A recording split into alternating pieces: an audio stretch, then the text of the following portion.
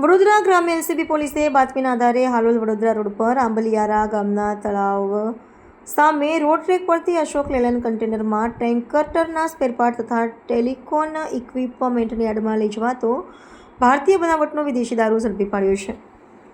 વડોદરા ગ્રામ્ય એલસીબી પોલીસનો સ્ટાફ પેટ્રોલિંગમાં હતો તે દરમિયાન બાતમી મળી હતી કે હાલોલ વડોદરા રોડ પર હાલોલથી વડોદરા તરફ એક અશોક લેલેન્ડ કન્ટેનરમાં ભારતીય બનાવટનો વિદેશી દારૂ ભરી વડોદરા તરફ આવનાર છે. જે બાતમીના આધારે એલસીબી પોલીસનો સ્ટાફ જરોદ પોલીસ સ્ટેશનના હદ વિસ્તારમાં આવેલા બલિયારા ગામ પાસેના તળાવ સામે રોડ ટ્રેક પર વોચમાં હતા.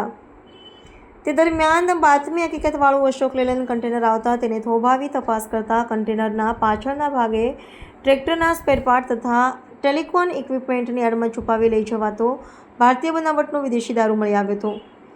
વડોદરા ગ્રામ્ય એલસીબી પોલીસે અશોક લેલેન્ડ કન્ટેનર, ટ્રેક્ટરના સ્પેરપાર્ટ, ટેલિકોમ ઇક્વિપમેન્ટ, ભારતીય બનાવટનો વિદેશી દારૂ તેમજ મોબાઈલ મળી 2,82,95,701ના મુદ્દામાલ સાથે કન્ટેનર ચાલક અમીમ ખાન બાગડ ખાનની અટક કરી વધુ તપાસ હાથ ધરી છે.